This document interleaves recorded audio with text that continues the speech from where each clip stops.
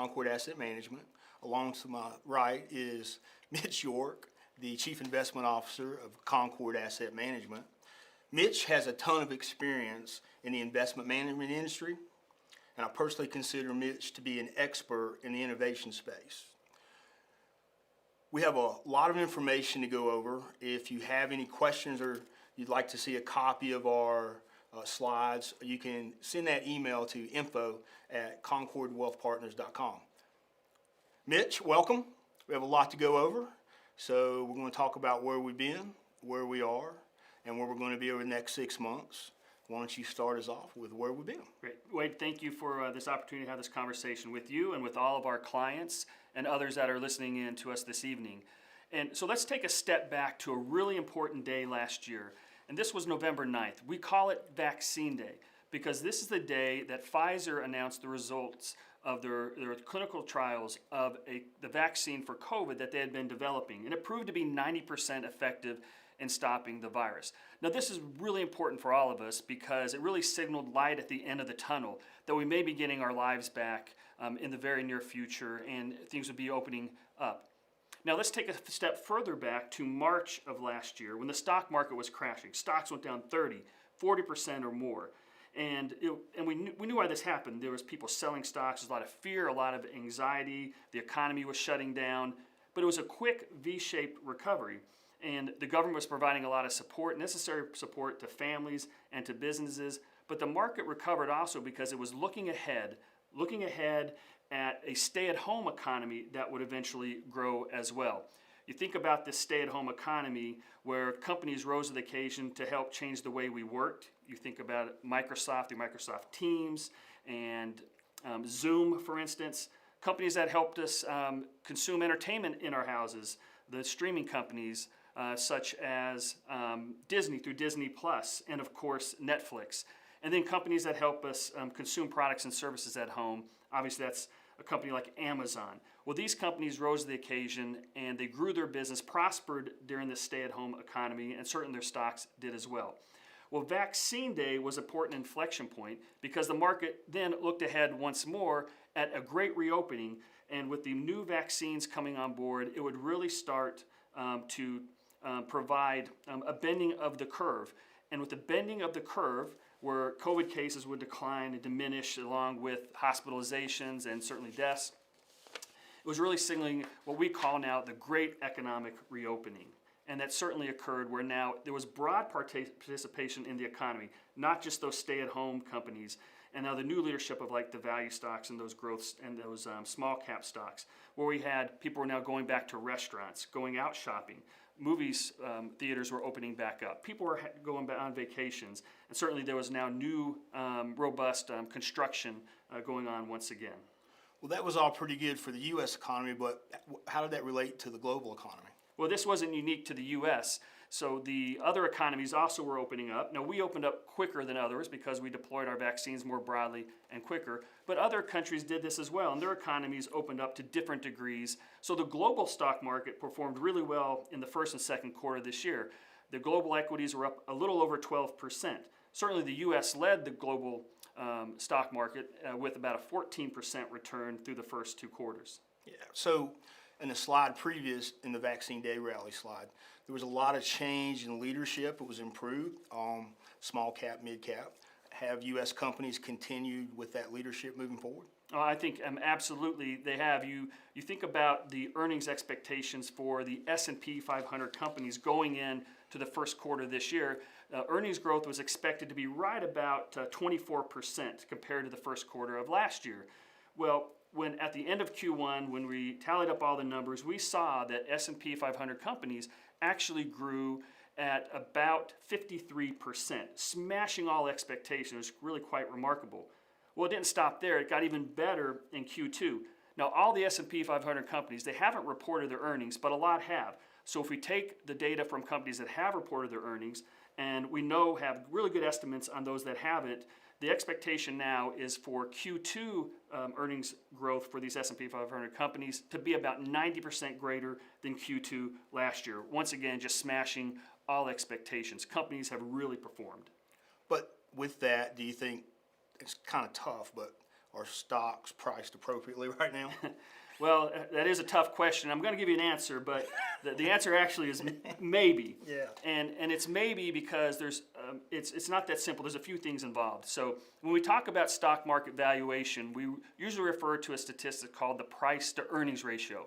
That price to earnings ratio tells us how much investors are willing to pay right now for a dollar's worth of earnings of these companies. And by all historical measures, if we consider what's known as the Shiller price to earnings ratio, that actually takes the average earnings of these companies over the last 10 years and how much are investors paying for a dollar's worth of those earnings. By all historical measures, the market is really highly priced right now. Stocks are expensive. However, this doesn't really occur in a vacuum. There's other things we got to consider, and I'll go over 3 of those. So there's 3 things that might cause investors to be willing to pay more for stocks now than they have in the past. One would be the earnings expectations of these companies. So if investors believe that earnings are going to grow in the future faster than they have in the past, then they would be willing, it's rational that they would be willing to pay more for a dollar of those earnings today. Secondly is, what are the risk expectations? What's the riskiness that investors see in that future earning stream? If investors are confident in those earning streams, if they believe that it's less risky than it has been in the past, then again, it's reasonable for investors to be willing to pay more currently for a dollar's worth of company's earnings than they have in the past.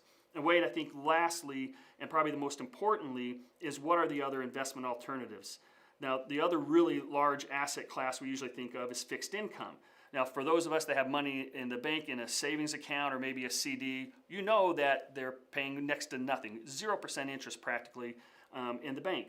Well, if you're willing to tie up your money for 10 years in a 10-year U.S. Treasury bond, for example, well, it's not that much better. The 10-year U.S. Treasury bond is yielding about 1.25% right now.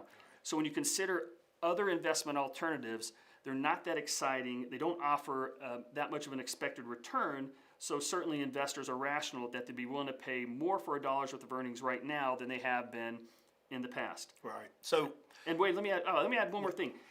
It's the Shiller is looking back. If we consider the forward-looking earnings of companies, the price to earnings ratio on future expected earnings right now stands at about 20 to 21. Now that is higher than historical averages, but it's nowhere near what we'd consider an extreme kind of bubble event for the market. well, I think we can both agree the Fed's been pretty accommodating and with credit facilities, about 5.3 trillion so far in stimulus, some tax help. So what does that mean to investors in the past and going forward? Well, certainly this stimulus was necessary to support households, to support companies as the economy was shut down a lot last year, and certainly has helped sustain it this year. The stimulus, a lot of it has worked its way through the economy.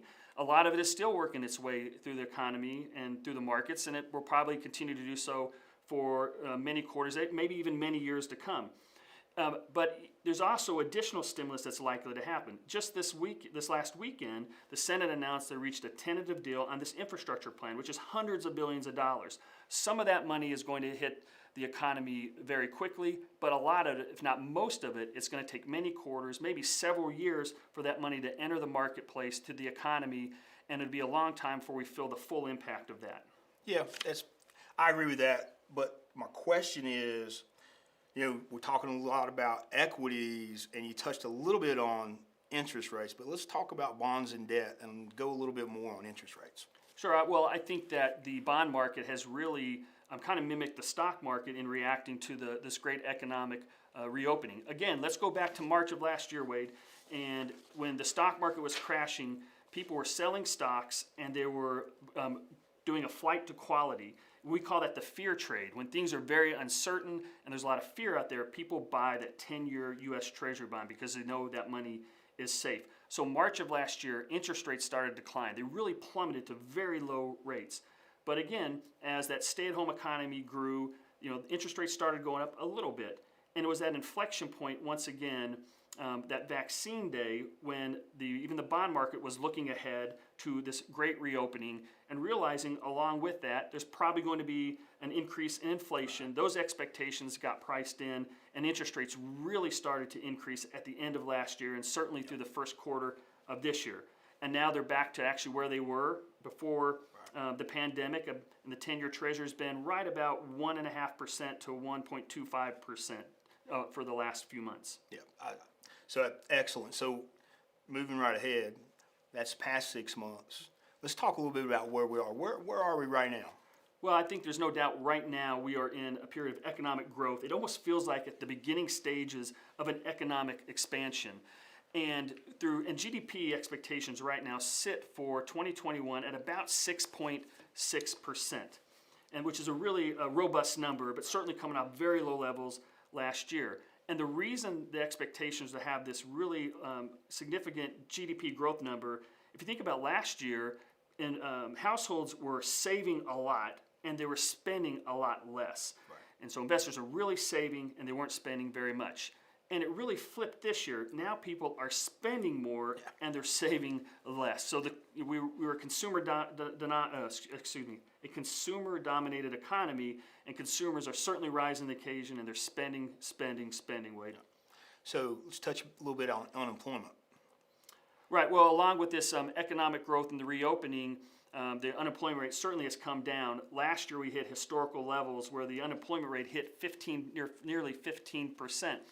And as that stay-at-home economy started to grow and the companies were receiving support from the government and the PPP loans, all that sort of stuff, the inflation rate started to decline and declined throughout the first quarter of this year. But it really kind of hit a sticky point where it's been at about a 6% level for the last several months. Yeah, that's something I have a hard time understanding. Pre-COVID, we were 2.5 to 3. So reflect on that a little bit. Explain to me why we're stuck at 6. Right. Well, different people have different explanations for this, their own theories or their own interpretation of what's going on. But there are several reasons why this could be happening. One is a lot of people still fear going to work because of the pandemic. They're concerned about their health, which is reasonable. And there's other people, though, that are receiving a lot of unemployment benefits. And there's an incentive for people not to go back to work simply because they're making enough money by staying at home. And then there's others who really can't go back to work because there's no child care available for their children, or maybe their school systems hadn't opened up and their kids are at home and they need to be at home, so they're really unable to go back to work. And then there's a cultural change that we've noticed, and a lot of statistics bear out, that people are really reevaluating their lives and their careers. There's been a significant increase in the number of people retiring early, and also a lot of people staying out of the workforce right now simply because they're reevaluating their career options and what they really want to do next. Right. So I think it's really all these things together are causing what we call the labor force participation rate to be really low right now. A lot of resistance for a lot of people for a lot of really good reasons to go back to work. And it's really causing this unemployment rate to be sticky at about that 6% level. Yeah, but we have a lot of small business owners that are clients of ours. So, they're struggling with that. So, let's talk a little bit more about that and other issues that they may be having or us as consumers. Right. Well, the supply challenges is not just simply in the labor market, but companies have had struggles with the whole supply chain. And we've heard a lot about this, Wade. Any of us who drive by our local car dealership, you see empty lots or near empty lots. And this is because of that chip shortage that we've all heard about. Ford, General Motors, and other manufacturers of automobiles, they've had either slow production and sometimes shut down their factories simply because they did not have a supply of chips that were necessary to go into these cars. We also know an example that was really highlighted earlier in the year about lumber. The economy opened so quickly and the construction demand was so robust earlier in the year, the supply of lumber could not keep pace. Lumber prices quadrupled in a very short period of time. Now, economics kicked in and suppliers are able to increase capacity. And again, in a very short period of time, those lumber prices declined 70%. So that supply chain for them kind of worked itself out. Now, there's a lot of different businesses, and all industries are having these supply chain struggles. But economics will work, capacity will open back up. It's just going to take some time for these supply chain issues to work themselves out. But I'm confident they will, as most economists and other investment specialists are as well. Yeah, but when you have a bottleneck and you have price increases, you have that dirty word, inflation. Right. So let's talk about inflation next. Well, there's no doubt that prices have gone up. We all know that. We go to the grocery store and the cost of filling up our cart with groceries has certainly gone up dramatically.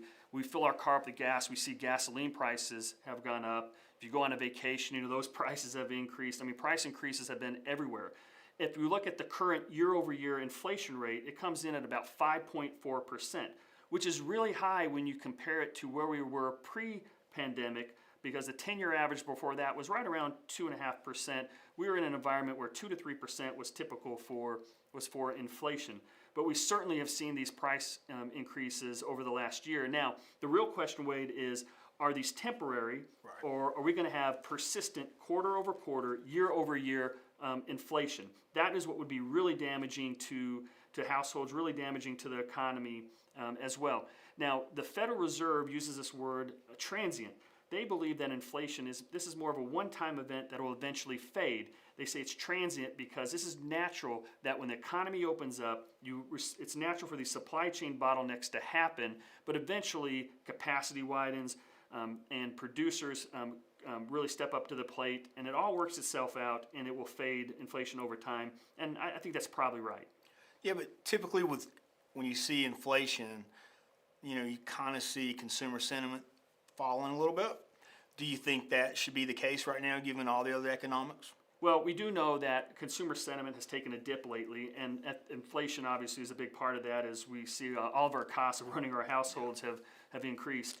But it's also, remember the pandemic is still going on in lots of ways. We have this new variant of COVID, the Delta variant, and we see that on the news, and concerns that are we going to have to shut down again in some places. Those things really wear on individuals and on investors. So I don't think it's a surprise that we've seen a dip in consumer sentiment recently. But I believe that this is short-lived, and that households really actually feel pretty good about their financial situation. When families were saving more last year and spending less, they were also paying down their credit card debt at historical rates. Last year, in the first quarter of this year, the U.S. households paid down a record amount of credit card debt. At the same time, the value of their homes were increasing, the value of their 401k, their IRAs were going up. So the household balance sheet, their financial situation really improved, and people understand that. And I think that's the reason that I'm confident that consumer sentiment has taken a small dip, but will certainly, I think, be very steady, go back up probably for the remainder of the year.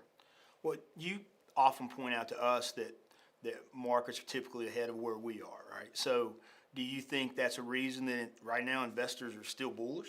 Oh, I think so. Investors are bullish for, I think, all the right reasons. Their own personal situation, financial situation is probably better than it's ever been by historical measures, where their retirement assets have gone up in value, their homes have gone up in value, and individuals are more secure about their job than they've ever been. They're confident in their job security and confident that their future earnings are actually going to go up. So I don't think there's any wonder that they're bullish on the stock market, especially when they're out there spending so much money and really lifting up the economy. Yeah, so excellent. You've done a great job of telling us where we've been and where we are today. So why don't we talk a little bit about what you see moving ahead in the next 6 months? All right, so that's the million-dollar question, right? Where are we headed? Everything else is in the rearview mirror. We do want to have an idea of what's next. So as I mentioned, that the consensus expectation for economic growth this year is 6.6%. That is the base case. And obviously that could play itself out. But also when economists and the specialists are giving their estimates for the economy, they also show their best case and their worst case. So if you average out the worst case consensus expectation, it comes in about 5.5%. Now, historically, that would be really good GDP growth. Absolutely. However, we're coming off really low levels, so that would be a little bit disappointing, I think, for the market, if that played itself out. But several things would probably have to happen, or at least several different things would have to happen. One would be the COVID, the variants to be really to come back, and the vaccines not to be really effective in preventing the spread of these variants. And you can see hospitalizations going up and deaths. That would be a really bad scenario for the economy. It would probably cause people to pause going back to work, like we've talked about, schools not reopening. That would not be a really good scenario. As well as if the Federal Reserve were to surprise us by taking really aggressive monetary action, really tightening the money supply. Or it could simply be the stock market has a correction. If that happens, consumer sentiment could certainly dip, people would stop spending money, and that could play itself out where we could actually realize that worst case scenario for GDP growth. Right. No, however, there's also the other side of it where we actually could have a lot of good things happen in the economy in the country where we could realize the best case scenario. So that scenario, the consensus expectations would be for 7.4% economic growth, GDP growth. And this would be the case, let's say that COVID and infections eventually go down, certainly if hospitalizations and deaths related to it were to really decline significantly, the vaccines approved really effective, more people get vaccinated. It would also be if schools do open up and stay open, where now more people can go back to work. That would certainly be helpful when it comes to wage inflation, really supportive of the economy. And it could also be an item such as just strong consumer sentiment that would really lead to people continue to spend the money, open up their wallets. All that could lead to this best case scenario of about 7.4% or so of economic growth for the rest of for this year. You know, best case is really good. Worst case, not too bad either, right? No. So, but not to change the mood. You know, we're talking about some good things, but you know, let's talk about those things that might make you stay awake at night. Sure. Well, I refer to this as my wall of worry, and we all have our own walls of worry. And by the way, this, no matter what the world's like, the economy's like, our lives like, we will always have a wall of worry that we really have to climb over. And the stock market is certainly no different. Now, there's a lot of things on my wall of worry. I'll just highlight three. One would certainly be cyber attacks. We've seen the impact that they can have. The one that we all are aware of was the cyber attack on a pipeline which really cut off the supply of fuel, especially to the eastern part of the U.S. There were long lines waiting for gas. A lot of gas stations ran out of gas. People couldn't even fill up their car. The gasoline prices went up. It was really nasty. And the potential for there to be more even severe cyber attacks in even more economic sensitive areas, that certainly worries me, and I'm concerned about that. But there's also certainly COVID. What if the Delta variant, or there's other variants that prove to be strong and really resistant to vaccines, and the economies in local economies having to shut down again in certain areas, that would be a really bad event for the economy and certainly for the stock market, and I think it would be a really nasty event for the stock market. And then lastly is this issue with China that seems to be constantly on the wall of worry. But what happened was during the pandemic, we realized how dependent U.S. companies are on their supply chain from China. Yep. And so there's talk about trying to decouple the U.S. economy from China. Look, trade relations are already tense. This would certainly heighten that, throw fuel on that fire. And there's also China's relationship with Taiwan. The more that aggressive China is to Taiwan, the more they want to express dominion over that nation, I think that would cause geopolitical tensions to be really high. Remember, Taiwan is the #1 producer of these chips and semiconductors that we use in our supply chain. That would certainly be an unwanted event that, again, it worries me, and it would certainly be very concerning for the economy and the stock market. All right, so let's just zoom past that wall of worry. All right. So let's move on to something a little more. So a lot of our clients have heard about socially responsible investing, but the new term on the horizon is ESG. Why don't you define what ESG is, but more importantly, explain how that's going to have something to do with our future? Right. Well, ESG is an acronym. It stands for Environmental, Social, and Governance, 3 distinct areas of socially responsible investing. So back in the 80s, social responsible investing really started to take hold, and it was really mostly institutional investors, institutions, governments, and the like. And they wanted to have an impact with their investments. They were concerned about certain socially responsible areas. And let's take carbon, for example, a carbon footprint, the environment. So some institutions were really concerned about it, so they would eliminate oil companies from their portfolio. It was an exclusionary practice where they would eliminate companies as part of their portfolio. Right. Now, as time went on, this started to evolve where investors started to think about this in a more positive way, a more inclusionary way, where they thought about, well, when you consider oil companies, some oil companies are making big investments in clean energy initiatives. Some are spending a lot of money to reduce their carbon footprint. Right. Other ones not so much. So wouldn't it make sense to overweight in your portfolio those oil companies that were doing a good job To reward them. Exactly, to reward them. It was inclusionary, and to penalize those oil companies that were not doing a good job in this area. So that was an inclusionary practice. So companies now have ESG scores, how well they're doing in these distinct socially responsible categories. And for a lot of investors, in their portfolio, there will be overweight companies with positive ESG scores, underweight companies with lower ESG scores. Now, this is the board of directors of companies are constantly talking about this. We're going to hear more and more about this, especially because retail investors are more tuned in to this than ever. It's no longer simply an institutional area. Yeah. So, staying in that tune a little bit, let's move forward and talk about something I know is near and dear to your heart. Let's bring up disruptive innovations. Right. Well, it's an area I'm certainly passionate about. It excites me because we're living in just simply a remarkable time. I refer to this broadly as the fourth industrial revolution. And what makes this a really different period of time than other industrial revolutions is the number of new technologies, new innovations that are all converging at the same time. It's really causing an explosion of new technologies, new products and services, new companies, new industries. Market leadership is changing at a rapid pace, and I don't think the pace of innovation and change is going to slow down. I think it's going to accelerate. We got a glimpse of this during the pandemic through that stay-at-home economy. We saw companies really rise to the occasion to really help change the way that we live and the way that we work. And I think this is going to continue. Just to name a few of these several distinct technologies that are converging, you think about DNA sequencing, genetic editing, robotics and artificial intelligence, and quantum computing. I think power cells are phenomenally important as we try to miniaturize a power cell and have smaller storage of energy that lasts longer.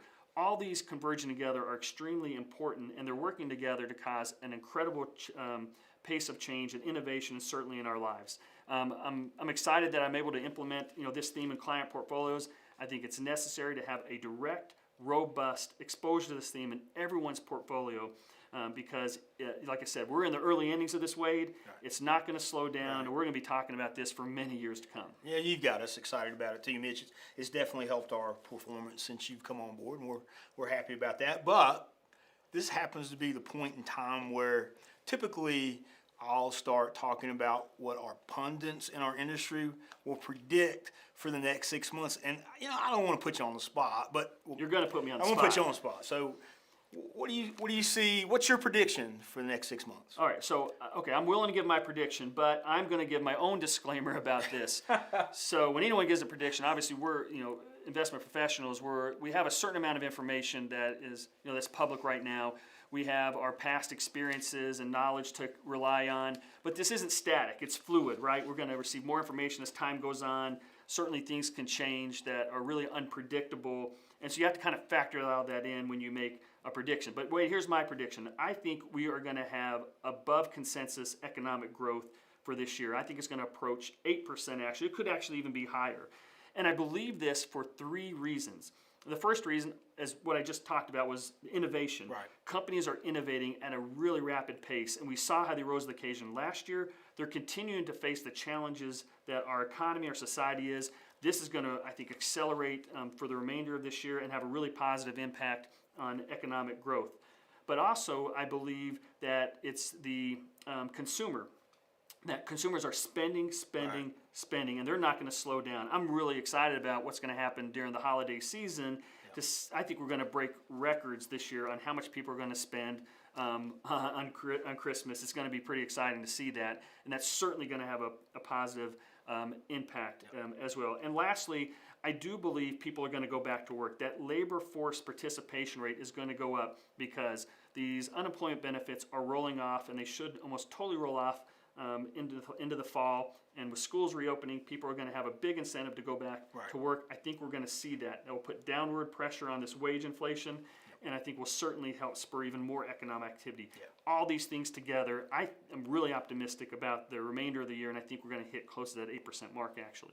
Fantastic. Now, Wait, I'll say this though. Yep. That's not a prediction on the stock market. Remember I said that the stock Right. market is always forward-looking. Right. I think a lot of this optimism is already built in to the stock market as it look ahead to these really high level of earnings. Now, I don't necessarily think it means we're going to have a market crash or a sell-off. No, not at all. I simply believe that the stock market may have slow growth the rest of the year or fairly flat as earnings catch up to where stocks are currently priced, really justifying the levels that we're at currently. Great. And that kind of leads us into remind everyone, we've just talked a lot about the economies, the U.S. market, but we often point out at this time of our presentation that often what's happening in your life is the most important thing that's going on in your portfolio. For example, I'll use this. I'm now that grandparent that shows his grandson every opportunity to get. I'll introduce Xander Harrison Reeves to everyone. But Xander joined us a little over 2 weeks ago. So, for us, that was a big change in our life. Maybe you have an unexpected loved one you have to care for. Maybe you've decided to change your job or retire early because you don't feel safe in the environment that you're in currently. But whatever those changes are, we want to remind you that it's more important for us to know about that in your portfolio than a lot of the stuff we just talked about. So, I'd like to also tell you, please contact your advisor if you want to have a review to discuss your portfolio. Again, also, if you want any of the slides on the presentation, please let us know. We'll get those out to you as quickly as possible. Mitch, thanks. Thank you, Wade. It was great, buddy. It was really good. Thank you. I want to thank everybody here and especially everybody on the production team. You did a great job. But we'll see you at the 2022 forecast event, which will be right around the corner. See you then. All right. Good night, everybody.